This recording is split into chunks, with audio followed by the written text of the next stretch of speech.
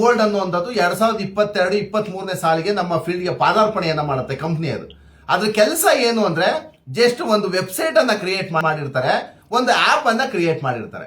ಈ ಜನಗಳು ಏನಾಗುತ್ತೆ ಅಂದ್ರೆ ನೋಡಿ ಸ್ನೇಹಿತರೆ, ದಯಮಾಡಿ ಕರ್ನಾಟಕದ ಜನತೆ, ನಮ್ಮ ಭಾರತದಲ್ಲಿ ಏನ್ ದೊಡ್ಡ ದೊಡ್ಡ ಜ್ಯುವೆಲರ್ಸಿಗಳು, ನಾನೆಲ್ಲ ಮಾಹಿತಿಯನ್ನು ಬಿಚ್ಚಿ ಹೇಳ್ತೀನಿ. ಇವತ್ತು ನೀವು ಚಿನ್ನದ ಮೇಲೆ ಇನ್ವೆಸ್ಟ್ಮೆಂಟ್ ಮಾಡುವಂತ ಸಂದರ್ಭದಲ್ಲಿ ನಿಮ್ಮ ಮೈ ಮೇಲೆಲ್ಲ ಪ್ರಜ್ಞೆ ಇದ್ದು ನೀವು ಇನ್ವೆಸ್ಟ್ಮೆಂಟ್ಗಳನ್ನ ಮಾಡಬೇಕಾಗ್ತದೆ. ಇವತ್ತು ಅವನು ಯಾವನೋ ಒಬ್ಬ ಜಾರ್ ಗೋಲ್ಡ್ ಕಂಪನಿ ಓನರು, ಯಾರೋ 3-4 ಜನ ಪಾರ್ಟ್ನರ್ಸ್ ಇದ್ದಾರೆ, ಇನ್ವೆಸ್ಟ್ಮೆಂಟ್ ಇದ್ದಾರೆ, ಒಂದು ಆಪ್ ಕ್ರಿಯೇಟ್ ಮಾಡಿದ್ರು, ವೆಬ್ಸೈಟ್ ಕ್ರಿಯೇಟ್ ಮಾಡೋದು. ಸ್ನೇಹಿತರೆ, ನೀವು ನಂಬೋದಿಲ್ಲ, ಇವತ್ತು ಹೈಕೋರ್ಟ್ ಅಲ್ಲಿ ಕೇಸ್ ಅಡ್ಮಿಷನ್ ಆಗ್ಬಿಟ್ಟು ಒಂದು ಟ್ರಯಲ್ ನಡೀತಾ ಇದೆ, ಇನ್ವೆಸ್ಟಿಗೇಷನ್ ಸ್ಟಾರ್ಟ್ ಆಗಿದೆ, ಇಡಿ ಅವರು ಪ್ರಾಪರ್ಟಿಗಳನ್ನ ಜಪ್ತಿ ಮಾಡ್ತಿದ್ದಾರೆ. ಈಗ ಏನಾಗಿದೆ ಅಂದ್ರೆ ಒಂದು ಜಾರ್ ಗೋಲ್ಡ್ ಅನ್ನೋದು ಒಂದು ಆಪ್ ಅನ್ನ ಕ್ರಿಯೇಟ್ ಮಾಡಿ ಸ್ನೇಹಿತರೆ, 3,03,00,000 ಜನ ಅಪ್ರಾಕ್ಸಿಮೇಟ್ ನಮ್ಮ ಕರ್ನಾಟಕದಲ್ಲಿ ಒಂದು 7.5 ಕೋಟಿ ಜನಸಂಖ್ಯೆ ಇದೆ ಅಂತ ತಿಳ್ಕೊಳ್ಳಿ. 3 ಕೋಟಿ ಜನ ಹತ್ರ ದುಡ್ಡು ಇಸ್ಕೊಂಡಿದ್ದಾರೆ ಅಂದ್ರೆ ಅವ್ರು ಇನ್ಯಾವ ಮಟ್ಟಕ್ಕೆ ಅಡ್ವರ್ಟೈಸ್ಮೆಂಟ್ ಗಳನ್ನ ಮಾಡಲ್ಲ, ಯಾವ ಮಟ್ಟಕ್ಕೆ ಅವರ ಮನಸ್ಸನ್ನ ಪರಿವರ್ತನೆ ಮಾಡೋದಿಲ್ಲ. 3 ಕೋಟಿ ಜನಗಳ ಹತ್ರ ಜಸ್ಟ್ ಒಂದು 2-2.5 ವರ್ಷ ಅಷ್ಟೇ ಸ್ನೇಹಿತರೆ. ದಯಮಾಡಿ ನಮ್ಮ ಕರ್ನಾಟಕದ ಹೆಣ್ಣು ಮಕ್ಕಳಿಗೆ ನಾನು ಬೇಡ್ಕೊಳ್ಳೋದೇನಂದ್ರೆ, 3 ಕೋಟಿ ಜನರ ಹತ್ರ 4,000 ಕೋಟಿ ದುಡ್ಡನ್ನ ಲೂಟಿ ಮಾಡಿದ್ದಾರೆ ಇವತ್ತು ಅಂದ್ರೆ ಸ್ನೇಹಿತರೆ.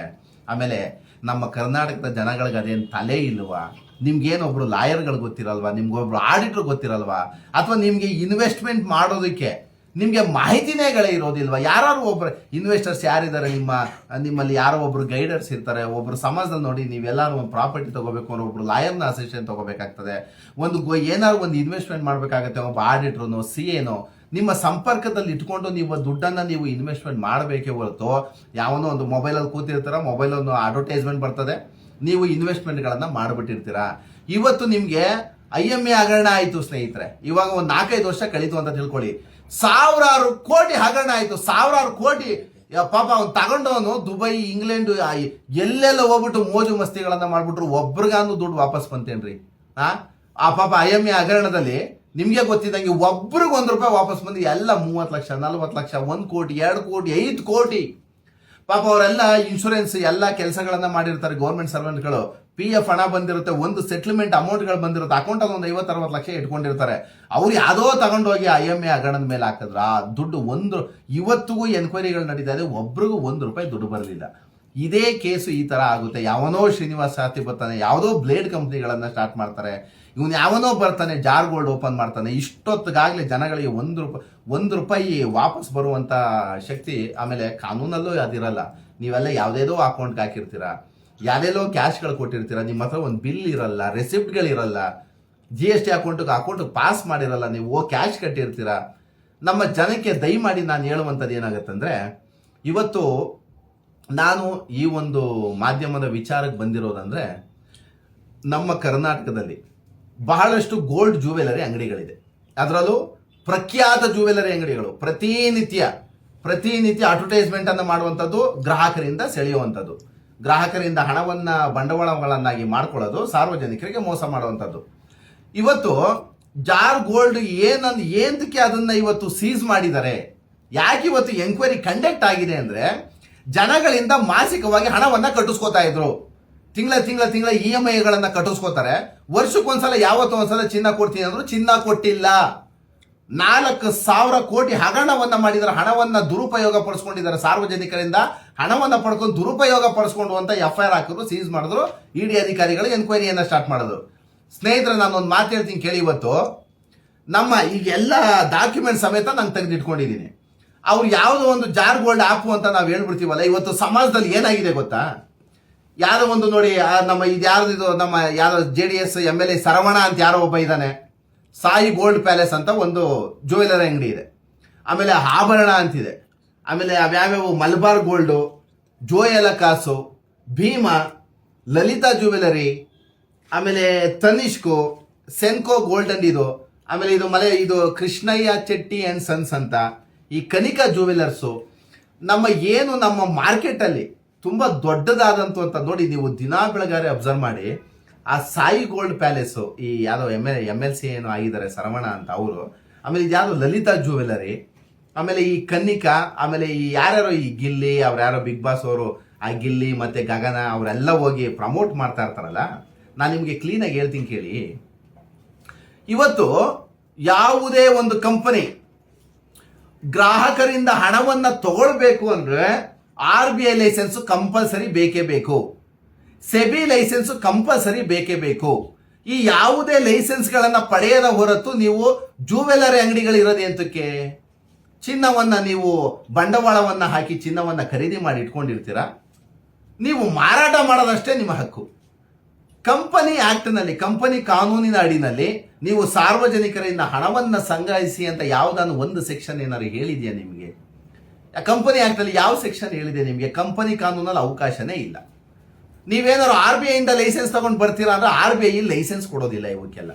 ಸೆಬಿಯಿಂದ ಲೈಸೆನ್ಸ್ ಏನಾದ್ರು ತಗೊಂಡ್ ಬರ್ತೀರಾ ಅಂದ್ರೆ ಸೆಬಿ ಅಂತೂ ಬೂಟಲ್ಲಿ ಹೊಡೆದು ಆಸೆ ಆಗ್ತಾರೆ. ಇವಕ್ಕೆಲ್ಲ ಗ್ರಾಹಕರಿಂದ ಮೋಸ ಮಾಡುವಂತ ಕಾನ್ಸೆಪ್ಟ್ಗಳಿಗೆ ಸೆಬಿ ಅಂತೂ ಕೂಲಂಕುಷವಾಗಿ ಹೇಳುತ್ತೆ, ಕಡ್ಡಾಯವಾಗಿ ಸೆಬಿ ಲೈಸೆನ್ಸ್ ಬೇಕೇ ಬೇಕು, ಸೆಬಿ ಅಂತೂ ಪರ್ಮಿಷನ್ ಕೊಡಲ್ಲ.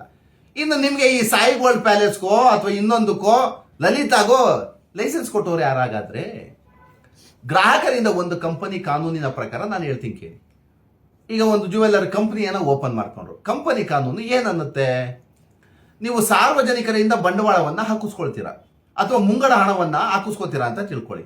ಒಂದು ಕಂಪನಿಗೆ ಸಾರ್ವಜನಿಕರಿಂದ ಹಣ ಬಂದ ಕೂಡಲೇ ಏನು ಮಾಡಬೇಕು? ಶೇರ್ ಸರ್ಟಿಫಿಕೇಟ್ಗಳನ್ನು ನೀಡಬೇಕು. ಶೇರ್ ಸರ್ಟಿಫಿಕೇಟ್ಗಳನ್ನು ನೀಡಿದ್ರೆ ನೀವು ಈ ಎಲ್ಲ ದೊಡ್ಡ ದೊಡ್ಡ ಜುವೆಲರ್ಸ್, ಚಿನ್ನದ ಹೆಸರಿನಲ್ಲಿ ಮೋಸ ಮಾಡುವ ನರಭಕ್ಷಕ ಜುವೆಲರ್ಸ್ ಅಂಗಡಿಗಳಿಗೆ ನಾನು ಹೇಳ್ತಿರುವಂಥದ್ದು. ಆಮೇಲೆ ನೋಡಿ, ಇನ್ನೊಂದು ಸತ್ಯ ಹೇಳ್ಬೇಕು ಅಂದ್ರೆ ನಿಮಗೆ, ಈ ದೊಡ್ಡ ದೊಡ್ಡ ಜುವೆಲರ್ಸ್ ದಿನಾ ಬೆಳಗಾರೆ ಅಡ್ವರ್ಟೈಸ್ಮೆಂಟ್. ಏನ್ ಗೊತ್ತಾ ಇವ್ರದೆಲ್ಲ? ಜನಗಳಿಂದ ದುಡ್ಡನ್ನ ಕಿತ್ಕೊಳ್ಳೋದು, ಲೂಟಿ ಮಾಡೋದು, ಅಷ್ಟೇ ಕೆಲಸ. ದುಡ್ಡು ಈಸ್ಕೋತಾರೆ, ಅವ್ರು ಆರಾಮಾಗಿ ಓಡಾಡ್ತಾ ಇರ್ತಾರೆ, ದೊಡ್ಡ ದೊಡ್ಡ ಬಂಗ್ಲೆ ಕಟ್ಕೋತಾರೆ. ನೀವು ನತದೃಷ್ಟ ಸಾರ್ವಜನಿಕರು, ಚಿನ್ನ ಬೇಕು ಅಂತ ಪಾಪ ಹೆಣ್ಮಕ್ಳು ಎಲ್ಲೆಲ್ಲೋ ಕೂಡಿಕೊಂಡಿರ್ತಾರೆ, ಅದನ್ನ ಹೆಂಗಾನು ಮಾಡಿ ಕಿತ್ಕೊಬಿಡ್ತಾರೆ ಇವರು ಬೆನ್ಸು ಫಾರ್ಚುನರ್ ಓಡಾಡ್ತಾ ಇರ್ತಾರೆ. ಪಾಪ ಇವ್ರು ದುಡ್ಡು ಕಳ್ಕೊಂಡು ಮೋಸ ಹೋಗುವಂತ ಪರಿಕಲ್ಪನೆಗಳಿವೆಲ್ಲ.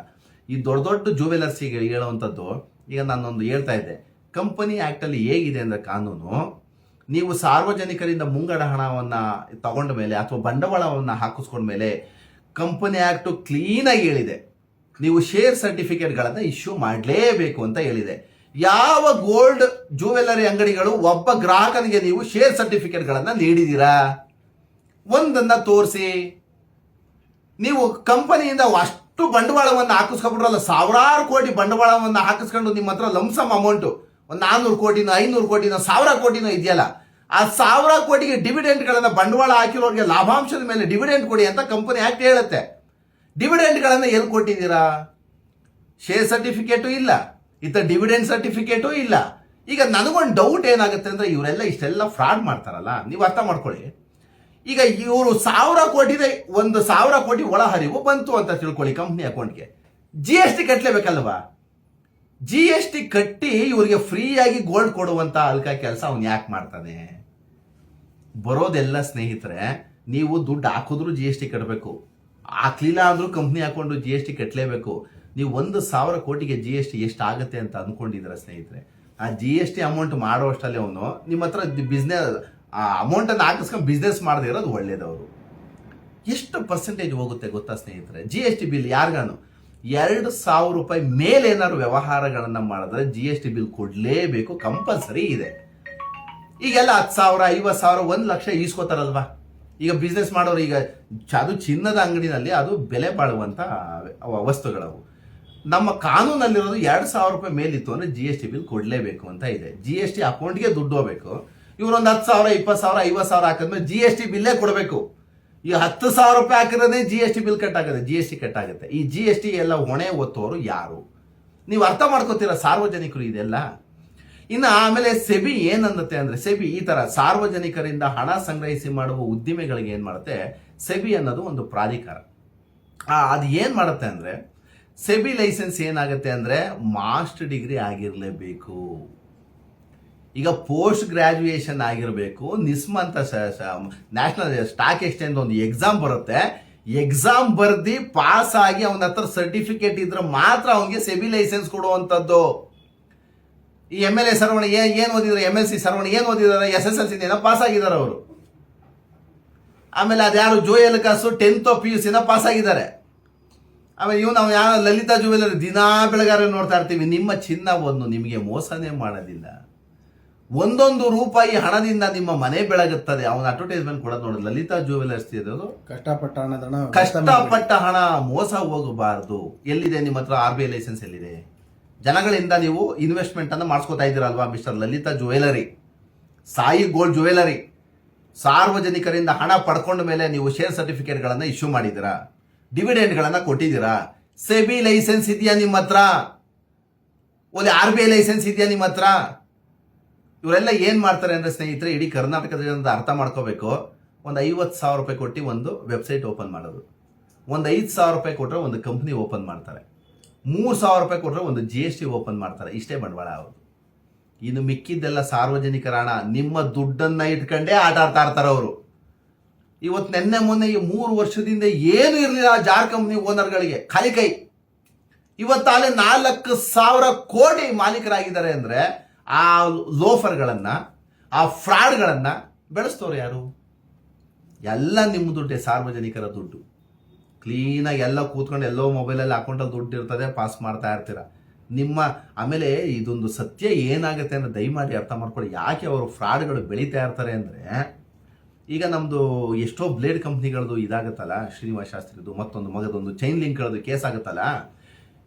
ಈಗ ಒಂದು 3 ಕೋಟಿ ಜನ ಇನ್ವೆಸ್ಟ್ಮೆಂಟ್ ಮಾಡಿದಾರಲ್ಲ ಜಾರ್ ಕಂಪ್ನಿ ಮೇಲೆ, 2.25 ಕೋಟಿ ಜನ ಕೋರ್ಟ್ಗೆ ಬರಲ್ಲ. ಅದರಲ್ಲೂ ಏನಾಗುತ್ತೆ ಗೊತ್ತಾ, ಒಂದು 5 ಲಕ್ಷ 10 ಲಕ್ಷ ಇನ್ವೆಸ್ಟ್ಮೆಂಟ್ ಮಾಡಿ ಯಾವನೋ ಒಬ್ಬ ಬುದ್ಧಿವಂತ, ಯಾರೋ ಲಾಯರ್ ಇರ್ತಾರೆ, ಯಾರೋ ಇಂಜಿನಿಯರ್ ಇರ್ತಾರೆ, ಮನೆಯವ್ರಿಗೆ ಗೊತ್ತಿಲ್ಲದಂಗೆ ಇನ್ವೆಸ್ಟ್ಮೆಂಟ್ ಮಾಡ್ಬಿಟ್ಟಿರ್ತಾರೆ. ಅವ್ರೇನು ಮಾಡ್ತಾರೆ, ಏನಾದರೂ ಬಿಡೋದೇ ಇಲ್ಲ, ಕೋರ್ಟ್ಗೆ ಹೋದ್ರೂ ಪರವಾಗಿಲ್ಲ ಅಂದ್ಬಿಟ್ಟು ಕೋರ್ಟ್ಗೆ ಬಂದು ಕೇಸ್ ಆಗಿ ದುಡ್ಡನ್ನು ವಾಪಸ್ ಇಸ್ಕೊಳ್ಳೋರು ಭಾರಿ ಕಮ್ಮಿ. ಈ ಕೆಲವೊಬ್ರು ಏನು ಮಾಡ್ತಾರೆ ಗೊತ್ತಾ, ಎಲ್ಲ 20 ಲಕ್ಷ 30 ಲಕ್ಷ ಕ್ಯಾಶ್ ಕೊಟ್ಬಿಟ್ಟಿರ್ತಾರೆ. ಅಯ್ಯೋ ನಾನು ಎಲ್ಲೋ ಕ್ಯಾಶ್ ಇಸ್ಕೊಬಂದು ಕೊಟ್ಬಿಟ್ಟೆ, ಇನ್ನು ನನ್ನ ದುಡ್ಡು ಬರ್ತದ, ಹೋಯ್ತು ದುಡ್ಡು ಅಲ್ಲಿಗೆ. ಕಂಪ್ಲೇಂಟ್ ಕೊಟ್ಟರೆ ತಾನೇ ಕೇಸ್ ಊರ್ಜಿತ ಆಗುವಂಥದ್ದು. ಇದರಲ್ಲೆಲ್ಲ ಏನಾಗುತ್ತೆ, ಒಂದು 5 ಜನ 10 ಜನ ಕೇಸ್ ಹಾಕೋದು ಹೆಚ್ಚು, ಇನ್ನು ಮಿಕ್ಕಿದೆಲ್ಲ ದುಡ್ಡು ಹೋಯ್ತು ಅವ್ರಿಗೆ.